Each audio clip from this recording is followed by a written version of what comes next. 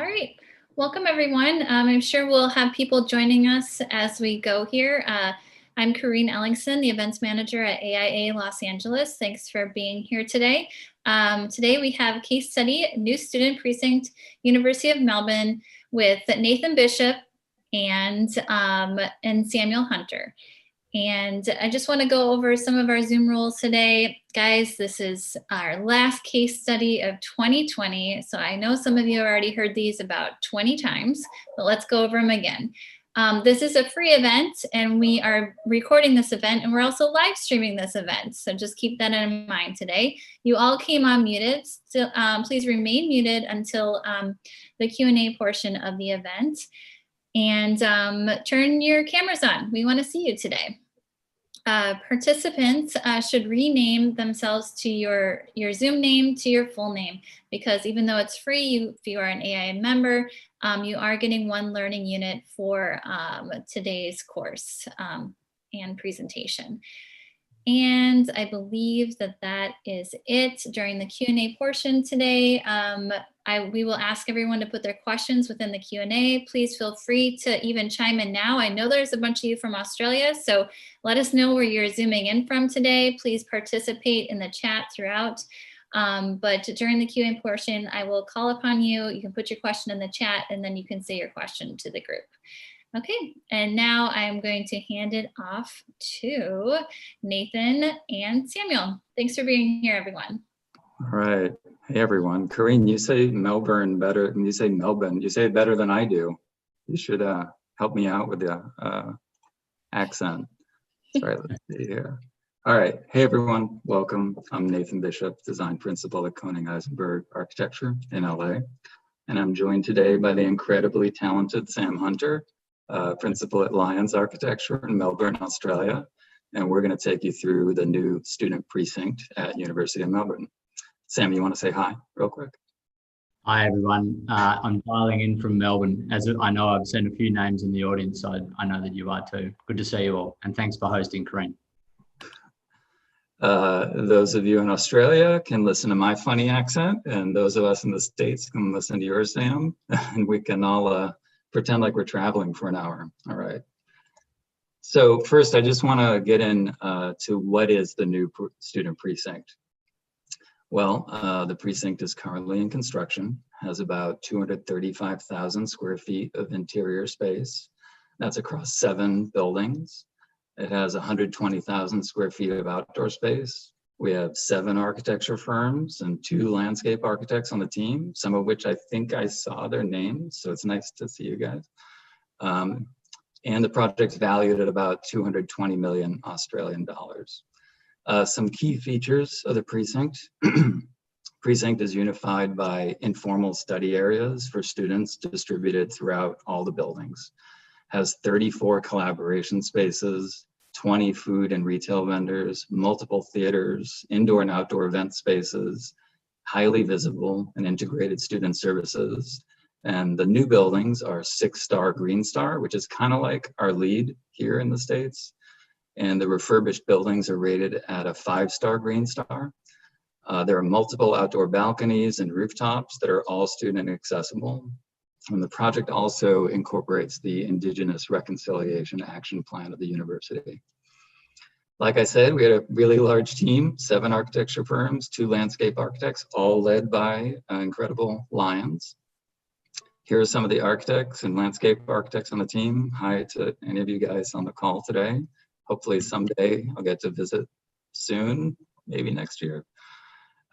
We each worked on different buildings and components of the project in what we called a diversity model that Sam's going to speak more to later. We're in construction right now, very exciting. As a photo, it's just the northern part of the precinct and it was taken just a few weeks ago. I'm going to talk a little bit just about why did the university conceive of the student precinct? What is its purpose? You know, how is the project conceived? But first, just a quick scale comparison of the 2 countries. So the US and Australia are actually really similar in size, which always seems like a surprise to each other. I thought I could drive to Brisbane from Melbourne real quick. I remember, Sam, when you came here, you thought you guys could just pop up to San Francisco. It's bigger than we think. Distance east-west is roughly the same. But the population sizes are radically different. So the US has over 13 times the population of Australia. Australia actually has just 65% of the population of California alone, but spread across their entire country.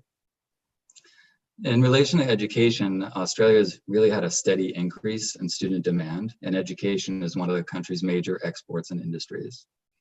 More and more students are coming to Australia, with an increase in both international and domestic students, and an overall growth at Melbourne University of over 5% for domestic and almost 15% growth in international student populations in the past 8 years. Diversity is also on the rise, with a large variety of languages spoken at home in the student body, as well as more students with disabilities, more Indigenous students, and more students with non-English speaking backgrounds across all of Australia. This is happening. Now, in Melbourne specifically, this is a view of Melbourne looking, well, you guys in Australia already know, but as a view of Melbourne looking south towards downtown from the university. And that's the outline of the North Campus of the university. So with all the changes in student populations, the university really began to think about what the university should be in relation to these shifting cultural landscape. And from relatively pragmatic beginnings, they launched into a research and development project that completely reframed student experience on campus. The university had been relatively fragmented, and they sought to co-locate and centralize student-facing services and realign student experience for the kinds of students the university wanted to attract. They wanted to be more diverse and more inclusive and accessible, and they knew from early on that student experience was improved vastly when visibility and access to student-facing services was improved. So on campus, the number of graduate students and undergraduate students has been equalizing, as well as the number of domestic versus international students. They're equalizing as well. There are more students who have disabilities of various kinds, part of the university initiative to be more inclusive and diverse and accessible. And there's a concerted effort to address reconciliation and include Indigenous culture in the future of the university. So they launched an international competition that would co-create the Student Precinct project with students and faculty administration while simultaneously refining and developing the architectural brief and project planning. And now you get to hear Sam's cool accent for a bit. Sam, would you take us through the competition? Sure, Nathan, and I'll apologize already for my dodgy accent, but I'll try and reduce the number of colloquialisms and slangs that are so natural to us Australians. Okay, so if you just flick to the next slide, I'll just say next, which might be irritating, but I'll just do it anyway. So the university called for diverse creative teams to be formed back in 2017. 2018. This is a model that we've seen other university clients engage with in Melbourne, and that Lions have been leaders in delivering those projects as well. So here at Melbourne University, our firm assembled a team of extraordinary designers in both architecture and landscape architecture, and furthered this diversity by engaging with officers that specialised in various streams of cultural engagement, from indigeneity to digital technology, from sustainability to retail design. So our team's diversity model really sought to create a multitude of interfaces, big and small, between the various collaborators, whilst giving each office a distinct design opportunity. Next slide. So as you'd expect for such a large project anywhere in the world, there was some pretty stiff competition. The shortlisted 5 teams, 4 of which are on this slide here, were led by 4 large Melbourne-based practices, ourselves included, and 1 international practice, OMA. Next. On reflection, our proposal found a way to balance a design that was new and iconic for the university with characteristics of the campus and embedded identity of the university. So that's the balance that I think was really successful here. And perhaps most importantly, that this proposal evidenced how a very large team of practitioners could deliver a cohesive working model for the university. And I'm sure that that gave them some really positive assurance that what they were embarking on could be achieved. Next slide. So I want to take you really quickly through some high-level strategies in designing the precinct from the competition phase. To orient you, Swanston Street, which is the main arterial that runs through the city, is along the bottom of these slides that you'll see. You'll also notice that an important building, the student pavilion, designed by Koning Eisenberg, doesn't exist at this early stage of the design process, but a large building on Swanston Street does. And that forms a major shift from the competition brief to what we're actually delivering now on site. Next slide. So we begin with 3 distinct arrival landscapes that act as landing platforms for students and visitors arriving to the precinct and the university. Next. We propose a very active space at the heart of the site. This would cater for large student festivals in both an outdoor and indoor capacity. Next. A new university street is imagined to connect students and staff arriving via Swanston Street and the public transport associated with Swanston Street into the heart of the campus. Next. The existing urban network of streets and laneways are extended through the design to knit the broader university with the precinct and the city beyond. Next. On-grade or ramp solutions give equal access to able and non-able bodies throughout the precinct. And whilst this has been distilled into a really simple diagram, this was no mean feat. The inherited site was littered with stairs and harsh retaining walls. So this was a major challenge for our office to resolve. Next. And finally, an extended green network that over time will fill the open space and provide a tree canopy that covers 65% of the entire site. Over to you, Nathan. Sure. So after the competition phase and we were selected, the university continued its co-creation process. And I just want to talk about it for a bit because it was really interesting and a bit risky. And they asked themselves a series of questions that sought to position the precinct in a real-time effort with students while we advance the development and planning of the project. So they asked themselves, what should we be for students in this space? What is the university right now for these and future students? It was really an intensified real-time user group development effort that did more than just refine the brief, but altered the project in fundamental ways too. A huge body of research emerged about how students find community. This is a drawing of all the actual groups and organizations students can belong to, as well as the digital communities students belong to. One of the major questions I've had in the project and afterwards now too in others is, how do we find community? We learned it's very common in Australia for someone who grew up in Melbourne to go to university in Melbourne. So they already have a local network of jobs, family, and friends. And what the university learned through this process that often international students belong to digital communities such as WeChat, and they have a virtual tether to a community in their home country. So it's a really interesting problem and time to think about how to encourage the creation of new communities in this really dynamic social constellation of real and virtual communities. The university also realized that they needed to radically expand their idea of what student experience means. They realized it's not just about good classes and good grades.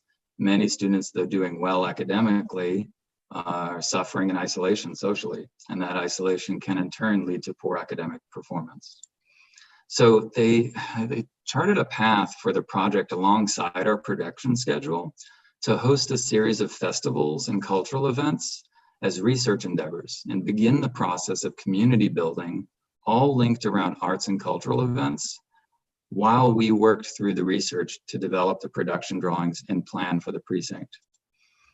So we continued to shift and develop program across the precinct and change uses in different buildings. It was a bit of like a Goldilocks process. Should this go here or there? Which space is just right for this activity?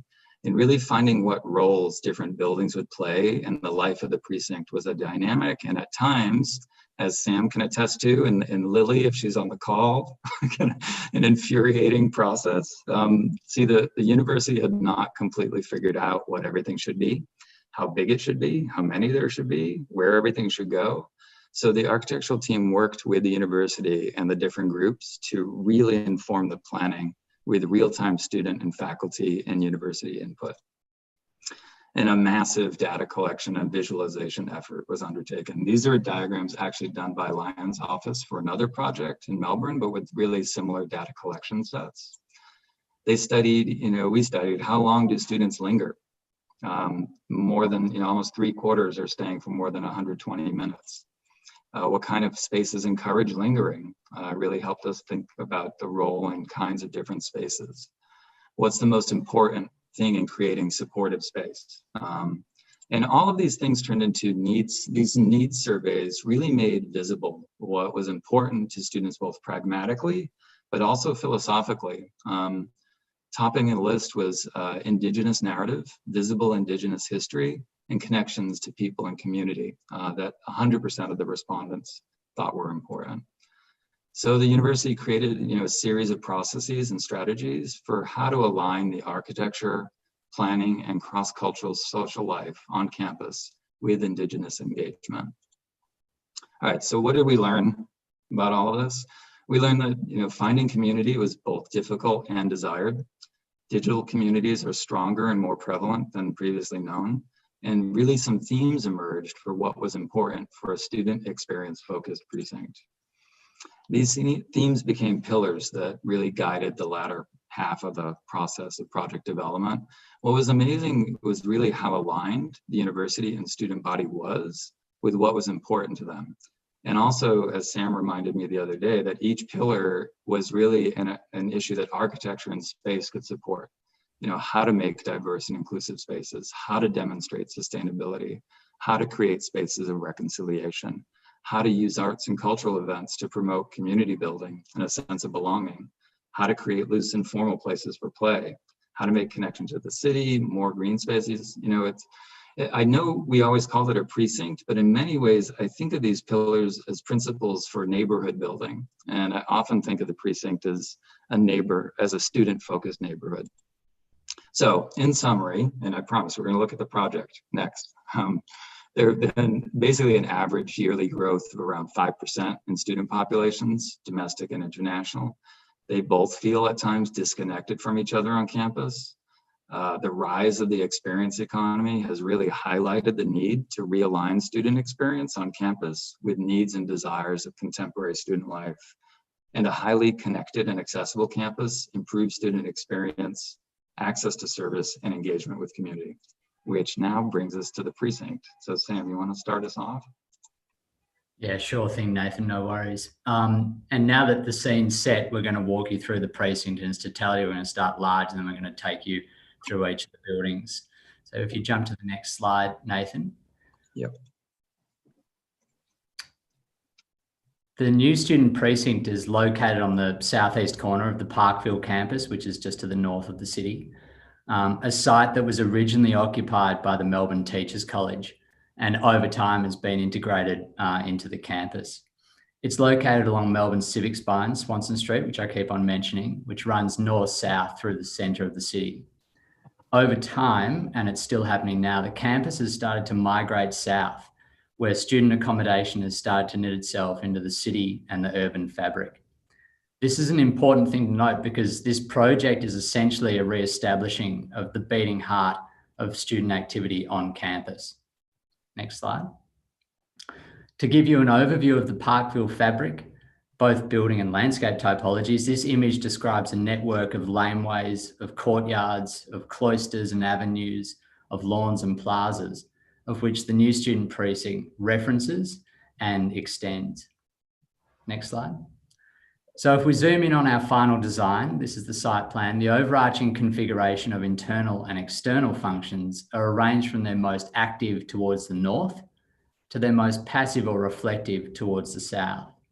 This image gives you an understanding of the taxonomy of the spaces within the landscape. Next slide.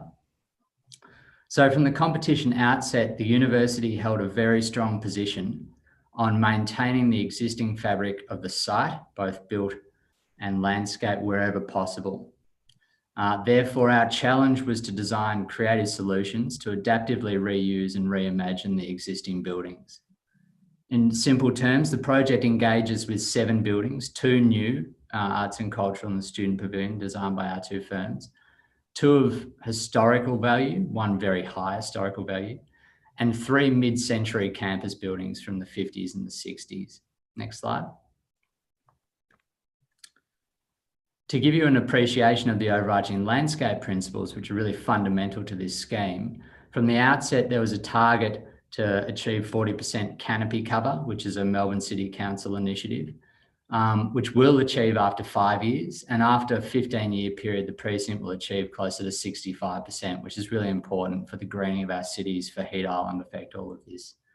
Secondly, and very importantly, that an Indigenous narrative sets the foundation for imagining a place in a landscape pre-European settlement, and that indigeneity at all costs is woven through the precinct by way of culture, by way of people and organisations, through cultural events, through flora and fauna, and through materiality. And furthermore to that point, that a water narrative, both ephemeral and pragmatic, is established. Next slide. This water narrative starts with an understanding of the historical context of water networks around the site and the city. The Bouverie Creek, which is pictured here, flows north-south into the Yarra River, which is the major waterway that runs south of Melbourne and north of Melbourne. And that Bouverie Creek originates at the centre of the Parkville campus, which is dashed here. Next slide. Over time, the Bouverie Creek has been buried into a civil stormwater drain, and our project seeks to bring this watercourse back to the surface and bring with it sustainable rain gardens, water storage, water play and recreation, and all of the biodiversity that comes with that. Next slide. Figuratively, we can see this watercourse flanking the western edge of what we have referred to as the welcome ground terrain, which Nathan will explore later on. Next slide. So our team of landscape architects, in collaboration with the university horticulturalists, further explored and speculated on the spectrum of critters and creatures that would reappear within the precinct over time. The aim being that the landscape will become an education tool and that a hidden curriculum would start to emerge. Next slide. To change tack slightly, we'll take you really quickly through the overarching building principles and connections. To start with, this is a north-south section capturing the precinct in its full length from Monash Road to Grattan Street to the south. Next slide. To do this though, we're going to just zoom in and we're going to stay here for a bit on the 4 main buildings at the time of the competition. Next slide. So finding common ground and creating a ground plane that all buildings connected to is fundamental. That's a really important thing to keep in mind. At the base of all buildings, retail offerings are used to break the threshold between interior and exterior environments. Next slide. All floors, including roof terraces, are connected between buildings, linking the primary functions of each building and stitching the precinct together horizontally. Next slide. Generous communication stairs promote exercise for a healthy student cohort, and pictured here in pink, an escalator takes theatre patrons quickly to the theatre level. Next slide. So a vertical strata or spectrum of social, collaborative and quiet study zones are configured in all buildings across the precinct. Next slide. And the precinct is further designed and considered to operate beyond the typical, if there is such a word for a university these days, typical 8 to 8 contact hours, and is considered a home away from home for students that live further abroad or closer to the university in this precinct. Next slide. Not to run you through a boring table or anything, but our team worked pretty tirelessly with the university and the student cohort to create a catalogue of furniture types and learning environments across the precinct. Next slide. The university hosted a furniture festival where over 100 items of furniture were road tested and surveyed by students from across the campus. Next slide. This information was drawn and catalogued and reintegrated back into our working documentation. Next slide. Over to you, Nathan. Oh yeah. So, the precinct, though, as you'll see, diverse in architectural expression, is really unified by an experiential strategy. So there's a constellation of spaces distributed across the entire precinct, in each building on all levels, which seek to connect students through a series of event spaces linked to arts and cultural experiences. And these are all surrounded by threads of informal study space. And these are highlighted in blue in these plans. So informal study spaces collect around things, shared experiences like food halls, art galleries, maker spaces, theaters, bookable activity rooms, open-ended places to hang out together around arts and cultural event spaces. And as well, outdoor rooftop gardens and terraces on multiple levels weave an informal landscape up and through buildings throughout the precinct. Which brings us to the walkthrough. I'm going to start us off. We're going to start down at the south end of the precinct at the 1888 building and the new arrival landscape, the welcome ground. Zooming in here at the south precinct or southern part of the neighborhood. To the south along Grattan Street sits the 1888 building, which is an amazing example of English colonial architecture built near the time of the Federation of Australia in 1901. And as Sam started to allude to, Melbourne Uni has many beautiful historic buildings, and they're all set in this English picturesque and pastoral landscape. In fact, the university was originally planned using kind of English landscape traditions with broad swaths of land between object buildings surrounded by picturesque landscapes and vistas. And it's largely linked within by a series of pathways and courtyards more typical to historic English university models. And these kinds of spaces typify the landscape experience throughout campus. But the university has a strong agenda of reconciliation with Australia's past, with English colonialism and relationships with Indigenous culture. And the new welcome ground really works with the brilliant work of our landscape architects to really reframe the colonial architecture and English pastoral landscape experience of the campus and infuse it with an Indigenous native landscape thread woven through the precinct. It goes both between and through buildings. Through the historic gate at the south of campus, a landscape of native plants and local materials is juxtaposed with the colonial architecture and the picturesque landscapes to the side. To borrow a term from American landscape architect and friend, Julie Bardman, we brought a bit more wild and woolly landscape to the campus. And it adds a looser, more informal and wild landscape experience to the place. And this looser landscape with its fuzzy edges makes its way north and into the middle of the precinct, foregrounding and reframing buildings and spreading through all along the way. And now Sam's going to bring you through the middle of the precinct. Fantastic. So if you flip to the next slide, Nathan. We're going to start at that southern interface between the welcome ground and this building, the very brutalist 1960s Eastern Resource Centre, which is the precinct's library. It's not the only library on campus, but it's situated within our precinct. Next slide. So here, a fundamental operation was to demolish and recycle the solid brick facade to allow the welcome ground, as Nathan's just said, to flow through the lower levels of this building, essentially joining the centre of the precinct, which is the amphitheatre, to the southern, quieter landscapes. So building as conduit and landscape as continuous terrain at the point of this slide.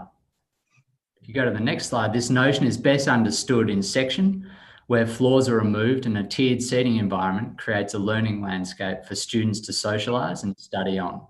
Next slide. The water narrative, which I alluded to before, migrates its way through this social landscape, and the natural materials of the welcome ground are extended to create a learning environment that has external qualities. Next slide. Arriving to the northern edge of the library into one of our urban laneways. There's a few of these. They're considered as hybrid spaces between a typical Melbourne laneway, for those of you that have been to our city, we're sort of built on streets and laneways and a grid, and university streets, where retail seating and informal learning overlap to create a vibrant atmosphere. Next. So captured again from the flanking balcony on level 1 of the Frank Tate building, The extension to the south of the Doug McDonald building, which is this tower you can see here, interfaces with the student union and the student cohort. The large portions of existing brickwork are again removed and recycled to promote social transparency, views out and across the landscape in the precinct, and solar penetration into the darker internals of that tower. Next slide.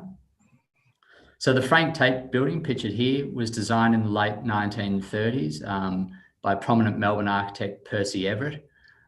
This building was originally envisaged to be the social heart of the Teachers' College, but has laid somewhat programmatically dormant for many decades. It's always been programmed, but not as socially active. So if you go to the next slide, we inherited this building at the centre of the site, and our agenda from the get-go was really to transform it from this sort of dormant solid object to the next slide, which shows a porous social heart right opposite the amphitheatre at the centre of the site. Next slide. And we hope that student life will be able to flex and will be able to morph to create a hive of activity right in the middle of the precinct. Next slide.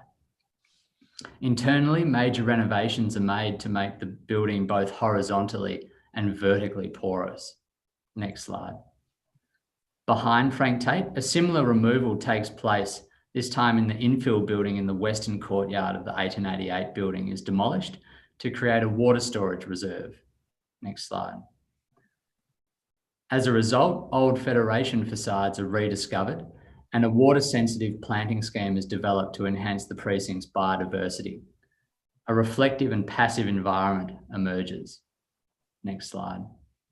In contradistinction to that formal courtyard, the eastern lawn arrival landscape is envisaged to be a very social space. It's a really important moment in the design where the hard boundary of the university is eroded to let the city in.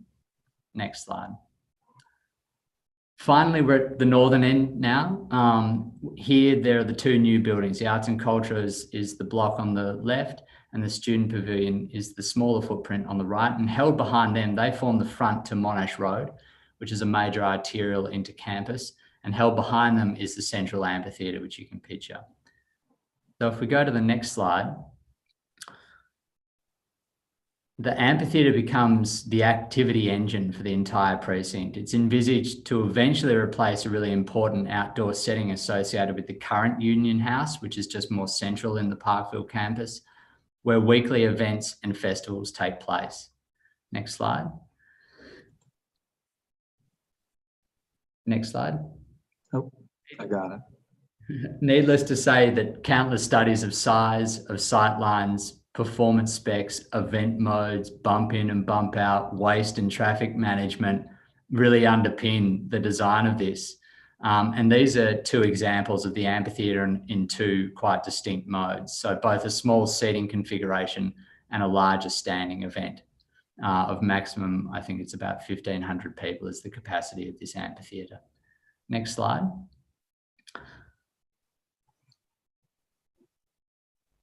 Next slide. I got it. There's just a little bit of a lag, Sam, I think. No worries. There we go. With all of the pragmatic design in mind, our aim was to create a very natural setting. This is an important moment in the re-establishment of an original landscape in the welcome ground. So hard and soft terracing holds pockets of Indigenous gardens, and semi-mature Australian and native Australian trees are located to provide shelter, but not interrupt view lines and traffic movement. Next slide. You'll all just bear with us while there's a bit of Wi-Fi glitch.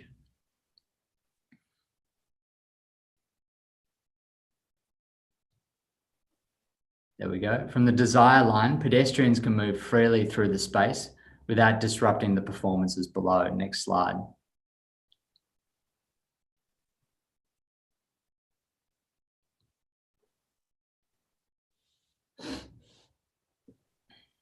So I forgot to mention in my intro to everybody that Los Angeles is having terrible internet today. So it looks like Nathan's internet is getting a little bit slower again. So just bear with us. Thank you. Thanks, Corinne. Holding the western edge of the theatre, the lower levels of the Doug McDonald facade are removed to create social balconies to overlook the performance. Next slide.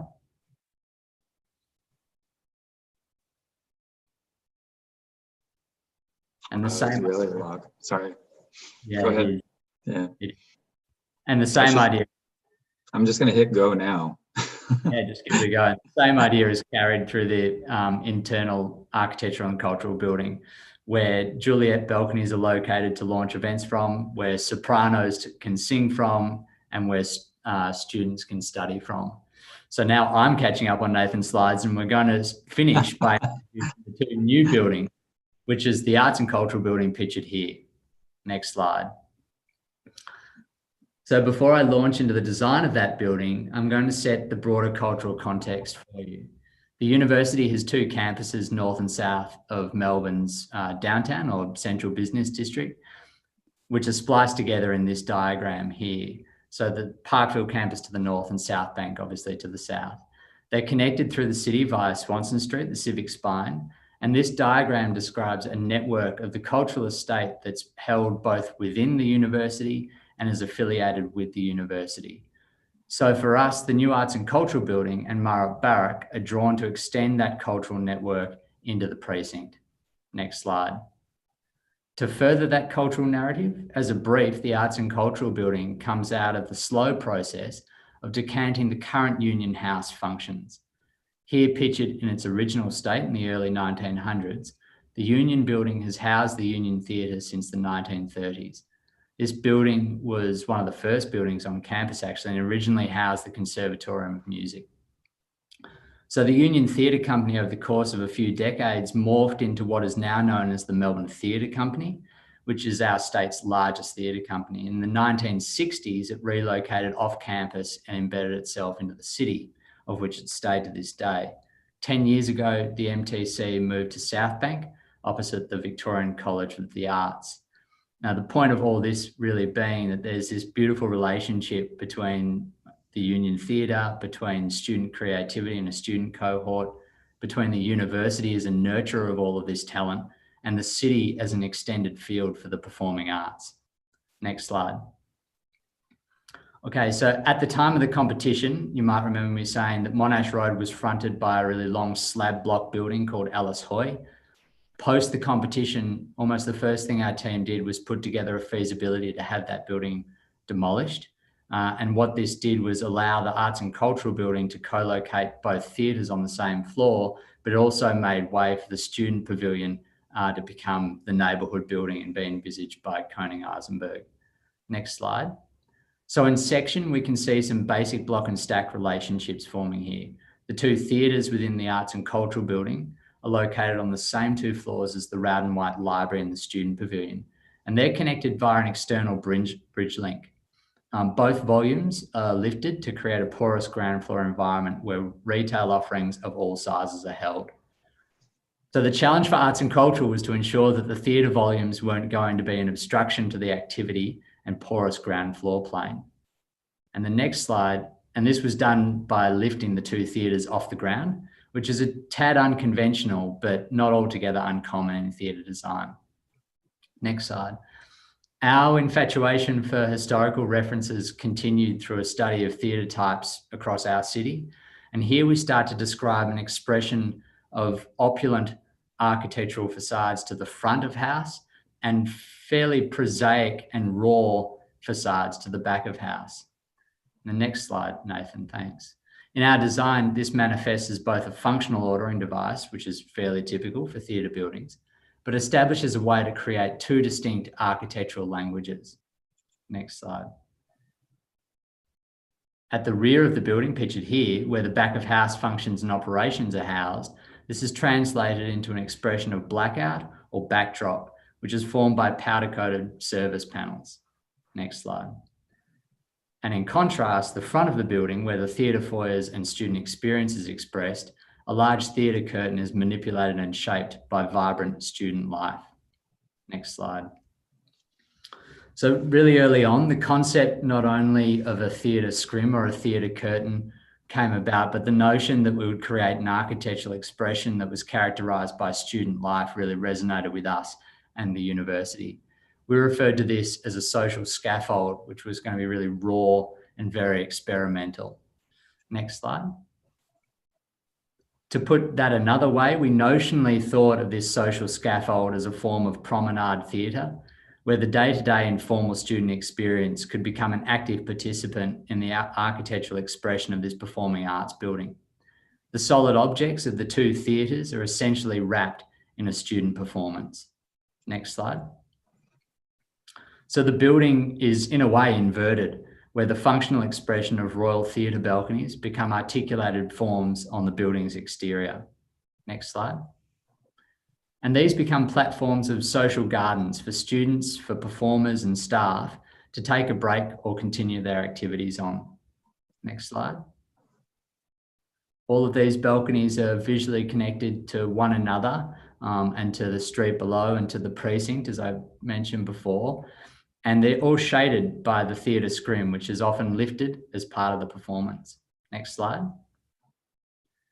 This is a diagramized final version of our plan, which evidences the basic functional relationships between the front of house and back of house operations.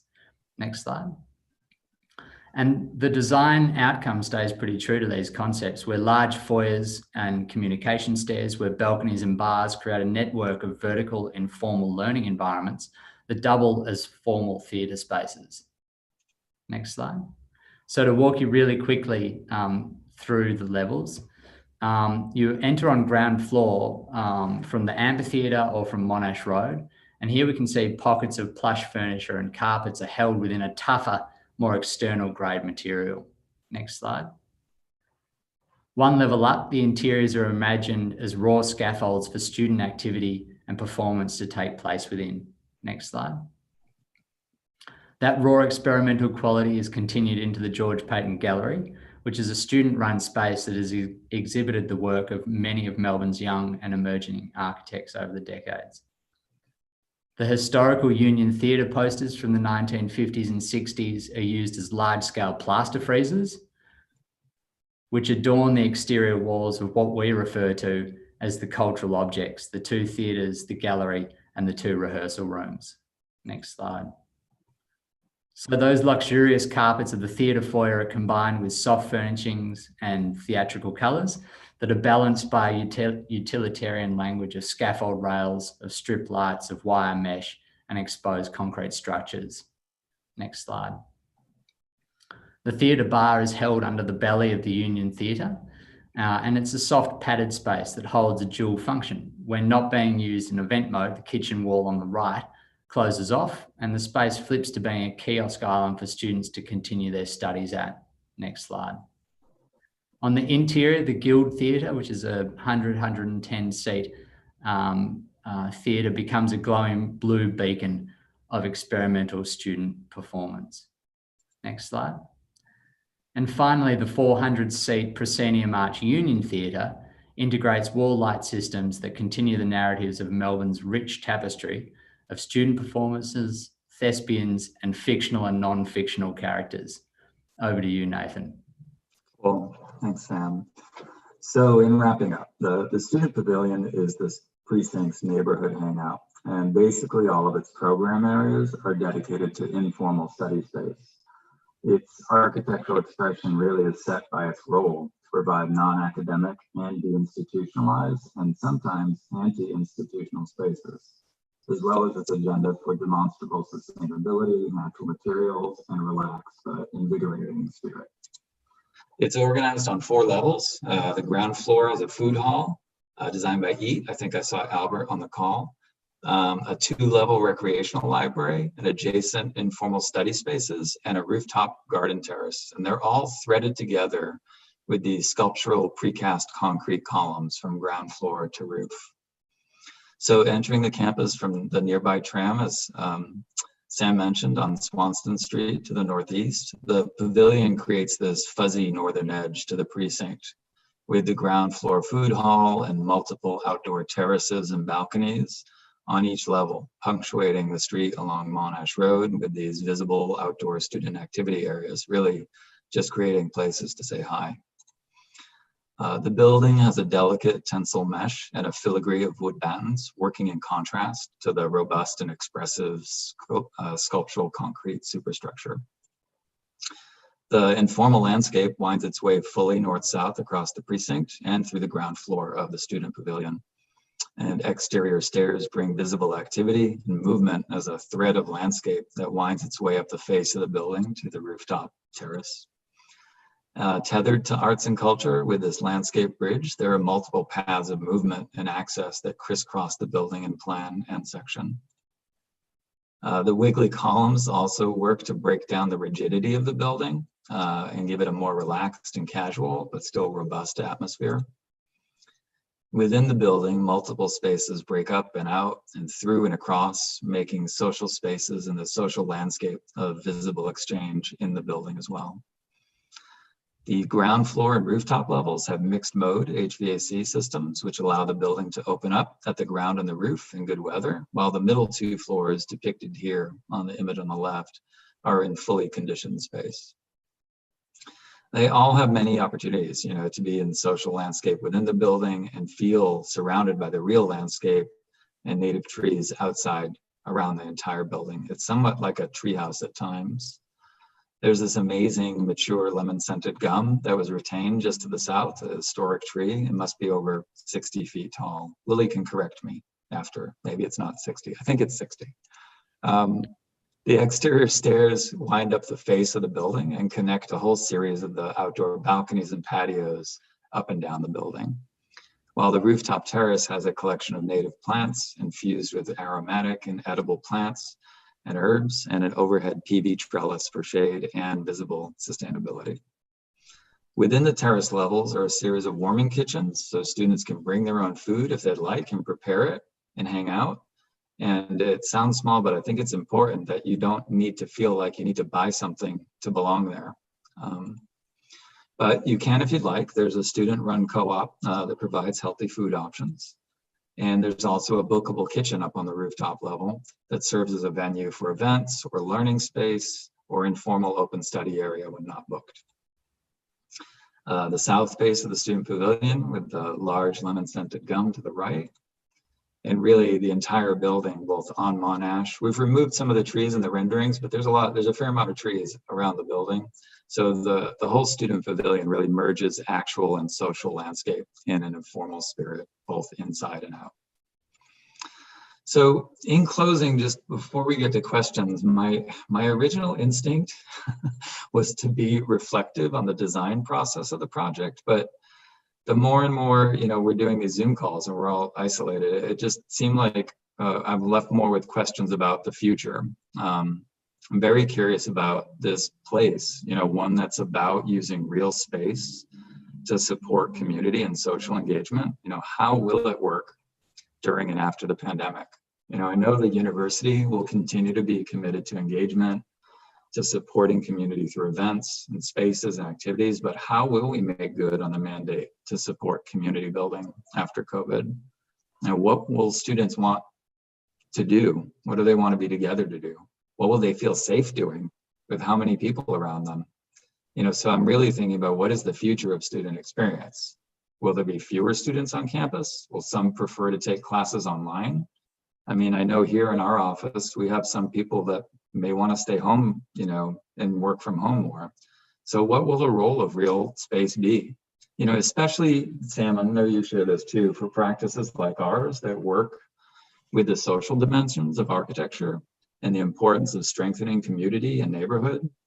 After the vaccine, will we all just go back to how it was, or will there be a new normal? And so I'd love to hear your thoughts, you guys, down in Australia. I know you're out ahead of the virus way more than we are here. And so maybe you're more optimistic, but if you want to ask about the project too, Sam and I are happy to take your questions now. Thanks, everyone. Yeah, thank you, everyone. Yeah, thank you, everyone. I hope we get lots of questions. This is such an amazing project. And man, I would love to go to school here. Yeah. Once it's completed.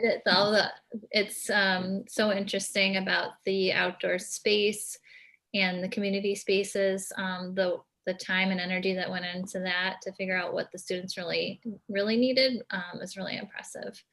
And not to put anybody out here, but I did have a webinar earlier today with 7 people, and I think we had like 25 questions throughout the entire time.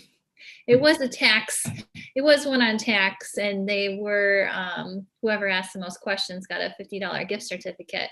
But I really, it just takes one person to ask a question, and then it's off to the races. I have a question.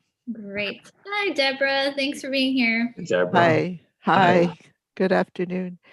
So there's such a diversity of architectural expression in this campus setting.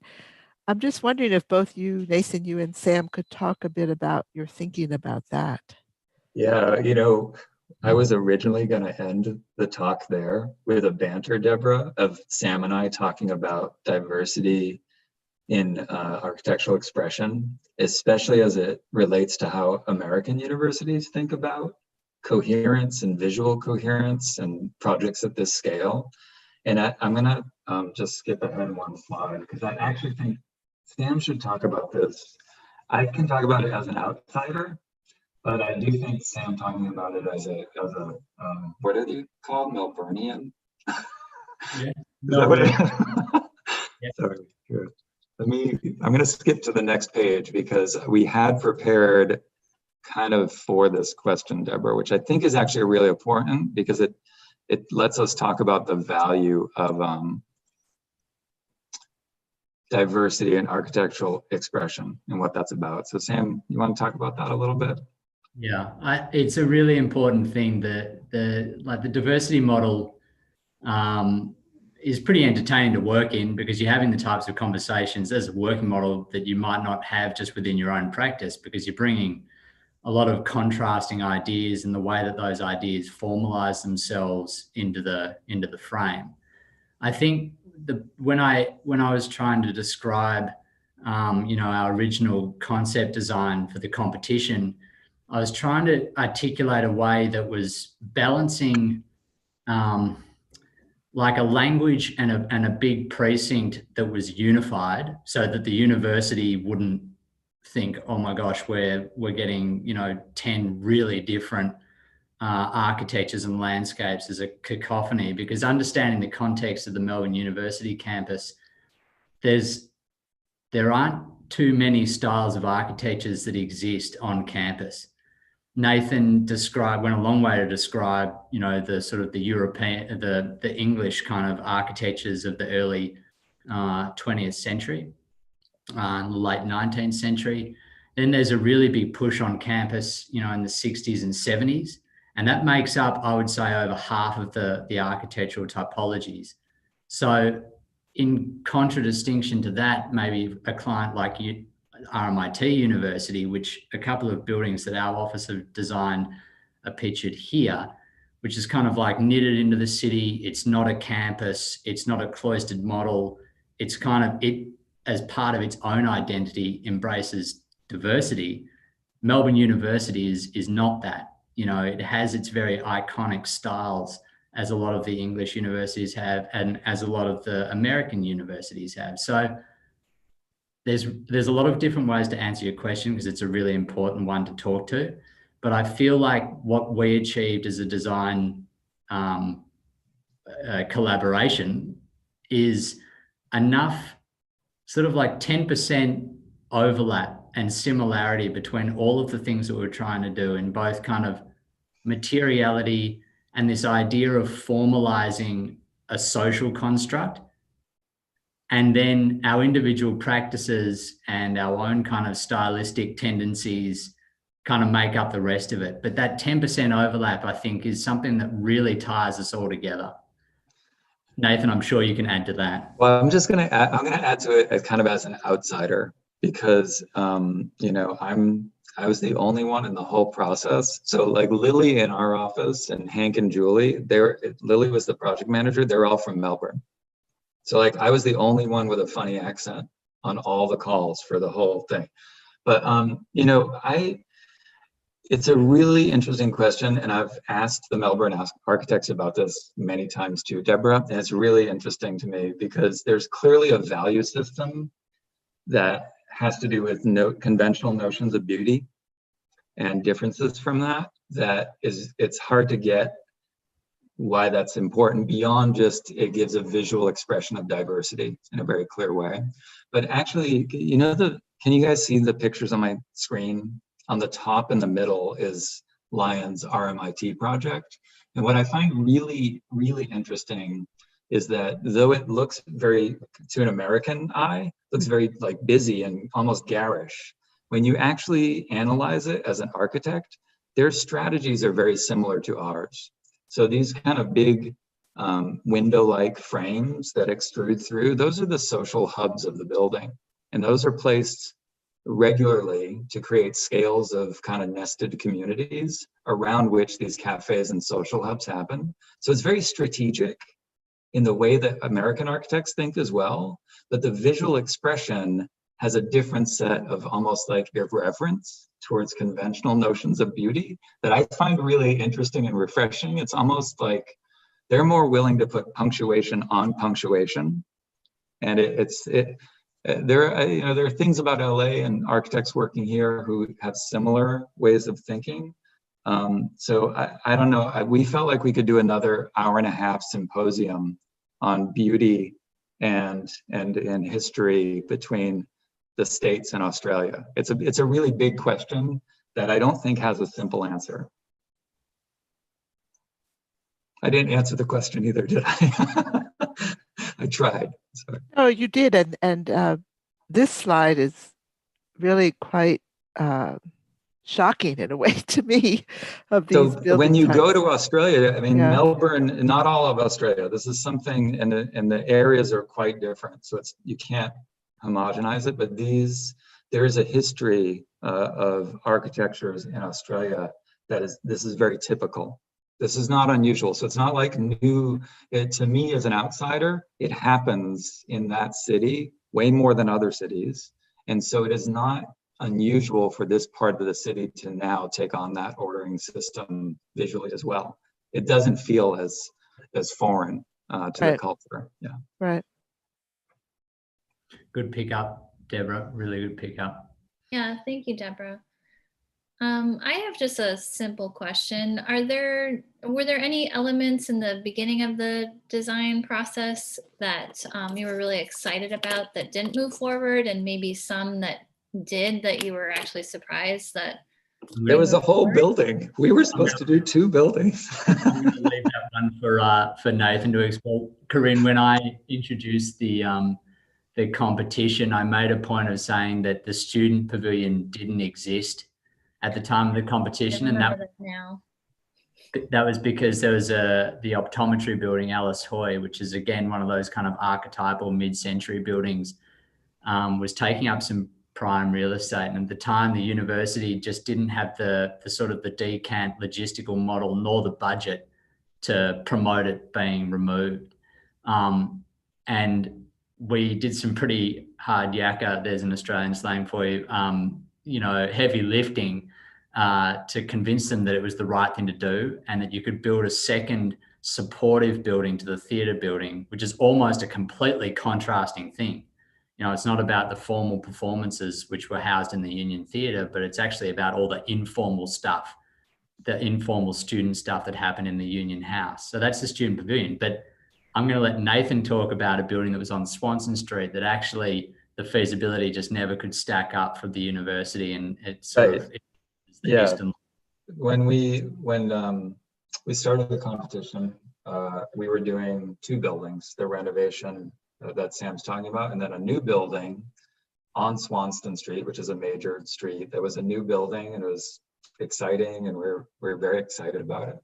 And through the co-creation process and really evaluating what the needs are, what goes where, it was really unclear what the role of this building was, how big it needed to be. And everyone just kind of, there were lots of ideas for what it might be, but we didn't end up doing that building. And it was part of that process that actually, though I'm sad about not being able to do the other building too, the way that the entire precinct functions without it is much stronger. And that was something that, even though it was a loss, it was actually a gain, because the way that the precinct function was in evaluation the whole time, Corinne. So though, yeah, we had our hearts set on some things, I actually think what they ended up with in the co-creation process and replanning the whole, being willing to revisit the whole master plan, actually let us benefit more of the entire precinct than if we had just gotten everything that we thought we would have from the get-go. Thank you for re-explaining that.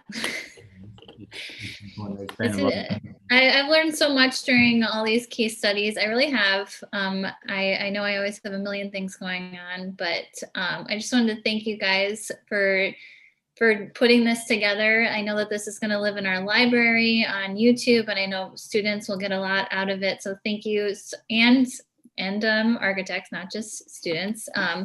So thank you so much for presenting to us today. And I always like to give everyone a round of applause. I think we have kind of a silent audience, but if you want to unmute yourself to say thank you, we really appreciate it. And any other questions or comments that you guys have regarding case studies for 2021, you guys can send it to me. Any kind of programs that you guys are looking for, or anything that you would like to present, please reach out to me, and I'll be following up with you guys by the end of the week with a link to this recording and notifying you if you've been reported for attendance. Okay, thank you. Do you guys have anything else to add tonight? Just a thank you to you, Corinne. Thanks for the invite. Thank you so much. And coordinating this. It was wonderful to explore these ideas again for us. Nice. Absolutely. Yeah, thanks everyone. All right. Well, have a great rest